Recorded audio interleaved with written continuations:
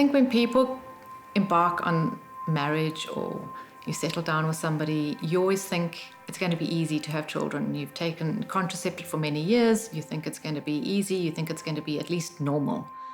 And sadly for some, it's not.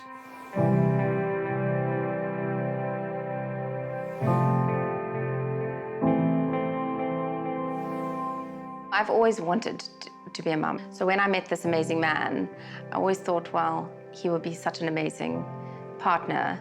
We started trying and nothing, and nothing, and nothing. It was really just a matter of how many kids, when. It was never really a consideration of if. I was diagnosed with polycystic ovarian syndrome. Jacques had a very low sperm count, so it was an issue on both of our sides. I think some of the toughest times actually was in the evenings at home together, just sitting and not knowing what to say to each other.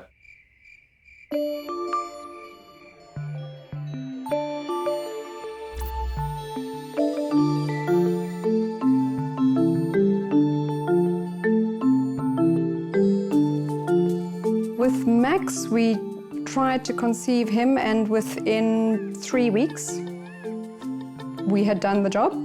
And so you just imagine that you're never going to have a fertility issue if it's that easy first time round. I wanted to go number 1, number 2, and hopefully number 3 with a 2-year gap between each child. And a year after trying, we then went and consulted with a fertility specialist. It was me who had the problem and not Annette. Every month, it's, well, I'm not pregnant. Every month, there's the hope that you could possibly be pregnant, because people always tell you, oh, it could just happen. There is a lot of trying and there's a lot of disappointment. Every month that you're not pregnant is just another little crushing blow.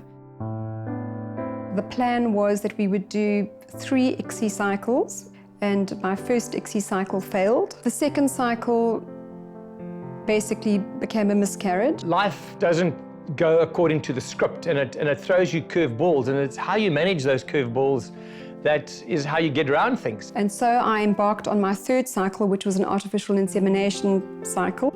We started with treatment and we decided to start the IVF journey. We did our first IVF, and that was completely unsuccessful, with not even any good eggs. And at the age of 28, to be told that you don't have any good eggs, I was completely heartbroken. I felt so responsible in terms of Brendan, who would be such an amazing dad. I felt like I was almost robbing him. The thing about IVF is that it is really stressful. It's hard on the body, it's hard on your marriage or relationship, and it's hard financially. Doing 6 IVFs in 4 years almost bankrupted us. You're swollen, bloated, hormones pumping around your body. Every time Annette said she wanted to give herself an injection, I kind of went and got myself a beer out the fridge just in case I passed out. We tried many crazy things. We did acupuncture, we did reflexology. We wouldn't go and drive to Joburg to go watch a movie or go shopping. We would go to Joburg to go to a Chinese acupuncture therapist. You know, that was our life. We did light therapy. We started on a high-fat diet, high-carb diet, low-carb diet. I was desperate. And via Tertia Albertine, who runs a donor egg agency, she introduced me to a Nicola Smuts Allsop. Using my astrology, which I have developed quite personally over the last 17 years, I am able to use planetary signatures to describe medical conditions. My client base is mostly people between the ages of 37 and 48, so they would go online and they would fill in their birth, time, date and place. If I look away, it's because my other computer with all your charts are on here. No worries. I would put that into my astrology software and draw up a chart for them. That becomes the lens through which I assess their fertility. We're working off Jacques' chart now. It's Jacques' most lucky time. It's a once-in-a-lifetime chance for him. I use the symbolism in the chart to describe when next are you most likely to get pregnant. And that's the fun part, because that's when I get to predict using my astrology. Fertility astrology, I had no idea what it was about. Brendan was very skeptical, and he was like, are you crazy? Like, why? Okay. I'm not so sure about this whole thing. When she started talking about me, she said, Jacques, you are like this. And I was gobsmacked. I was flattened to the ground. I couldn't believe that she could know me. A lot of couples will suffer from what they call unexplained infertility.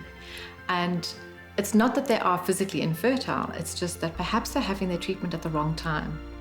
And this is the thin edge of the wedge that I would like to work in as an astrologer, because medical science can solve a lot of physical problems, and I love medical science. It can do fantastic things, but it cannot address the quality of time, but I can.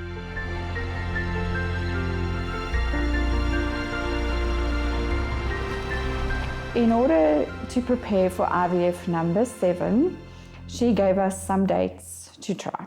The best timing for us was actually going to be November, the very next month. We all know that we have some lucky times and we have bad times, and astrology has the ability to pinpoint when those are going to begin and when they end. And when people are doing IVF or other reproductive treatments that are very expensive, you want them to be doing their treatments at a lucky time. It's as simple as that. When Nicola guides a couple to the view that they're most likely to conceive at a particular time, then the couple can make preparation for that. The patients come educated, they have an understanding of what the hormones are going to do to them, they're psychologically prepared, and they just want the treatment done. She applies rigorous scientific methods to the challenges of advising couples about when and how to seek fertility in a timely fashion. It's not woolly, it's not vague. The whole fertility journey for most people is harrowing because you feel so out of control. You're always at the mercy of new information, new tests. It feels like you're very passive. Taking charge of your fertility and choosing the time that you're going to have your treatment at least gives you some of that power back. They inserted 3 eggs, of which eventually 1 took, and that little one is our 8-year-old Alex now, who's the most fantastic little mischievous little bugger you could imagine. I consulted with Nikki in April 2012, and the following April, I was holding these 2 precious little bundles in my arms. He said, "Oh my word, it looks like quadruplets." And I said, "What?" There we go, there we go. Oh my goodness. Oh my goodness. 3 girls, as you said.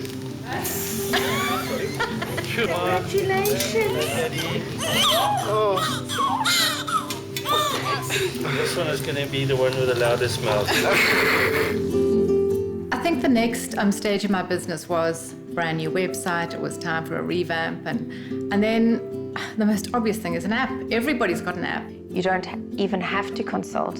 You don't have to even tell your husband if he's a skeptic. You would input your birth details, fill out the questionnaire, and choose what kind of family you are. And within minutes, the app will tell you the next 3 best lucky times to try in the next 365 days. Couples already have access to softwares which allow them to gather information about the likelihood of when they might be fertile and so on. But to put together that additional quality of timeliness, which is the unique feature of the new app, it's an absolute natural. When you go through a process that is so personal, you don't like to talk about it. And having something like the app, which is something private that you can do by yourself, I think it's a great starting point. I've taken my hugely complex method and managed to retain and keep it all in one tiny little app. It's just accessible to everybody anywhere in the world. It's simple, and you just get some guidance on timing. It gives you some independence, being in charge of your journey as well, and knowing that it works. I've spent my whole professional career, firstly as an academic and then as a clinical academic, exploring mechanisms and physiology and biology. And what I learned was that we do understand quite a lot about those things, but we don't understand everything. A lot of people have said to me, but surely your astrology is just a gimmick. They say, isn't it just a placebo effect? Placebos are mechanisms with which we create meaning. So we create meaning for our clients, and that's exactly what we do. And if somebody wants to call astrology a placebo, I don't have a problem with it. Using Nicola for the fertility astrology and her helping us with the timing was absolutely invaluable. As skeptical as I was in the beginning, to get the kind of insight and advice that I think Nicola gave us around the best time, it makes a huge difference. Alex was meant to be. He was always aligned in the stars. We just had to make it happen. I believe that she brought our children to us, because without her and without her pinpointing the exact date that we needed to try, we wouldn't have had our girls. I feel very strangely connected to these children because you've midwifed them through the stars, and then here they are and somehow they belong to me.